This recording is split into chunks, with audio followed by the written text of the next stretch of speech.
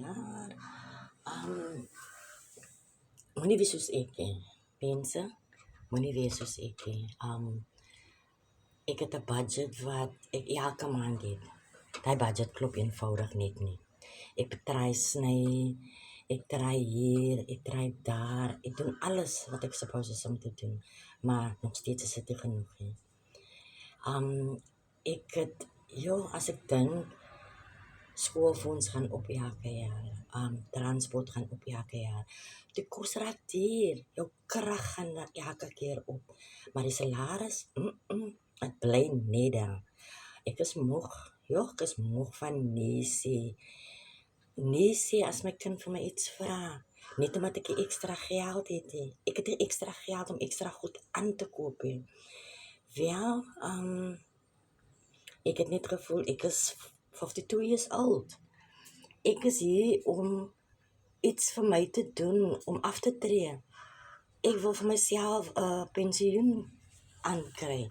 'n Pensioen wat ek nou al kan mee begin. En ek het die $10 klap gekry. Net om die dollars vanaf my phone af te maak.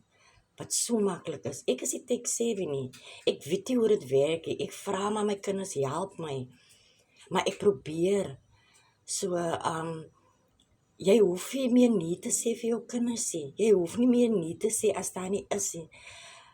Join die $10 klub en jy sal kan sê, whatever die kind vra, ja. So ja, ek is hier mense en ek wil 5 keer 'n maand by. Ek wil op hierdie ouderdom van my, wil ek my eie pensioen hê.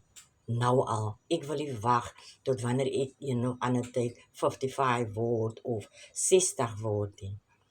Paychecks, om nou paychecks te kry 5 keer 'n maand, wie gaan dit vir jou gee? En dit net deur 'n subskripsie te betaal. Jy betaal net 'n subskripsie elke maand. As jy voel jy wil deel wees van dit, kom in system en ek help jou.